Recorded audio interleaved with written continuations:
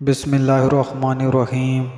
حضرت یوسف علیہ السلام کا قصہ قرآن میں ایک لمبی کہانی کے طور پر موجود ہے۔ ان کی کہانی تعارف صبر اور تقوی کا ایک بہترین نمونہ ہے۔ یوسف علیہ السلام نبی یعقوب علیہ السلام کے بیٹے تھے۔ ان کی خوبصورت صورت اور حسن اخلاق کی وجہ سے ان کے چاچو نے انہیں حسد اور نفرت کرنا شروع کر دیا۔ ان کے سب بڑے بھائیوں نے انہیں قید کر کے کسی مسافر قبیلے کے کارواں میں بیچ دیا۔ پھر وہ مصر پہنچ گئے۔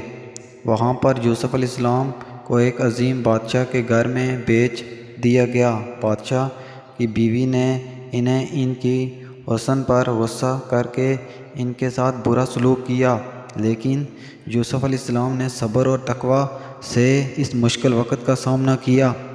بادشاہ کی بیوی نے پھر یوسف علیہ السلام کو زندہ دفنانے کی سازش کی، لیکن اللہ کے فضل سے وہ بچ گئے اور بادشاہ کے پاس پہنچ گئے۔ وہاں یوسف علیہ السلام نے بادشاہ کے آنے والے سالوں میں ان کے خوابوں کی تعبیریں بتانا شروع کی۔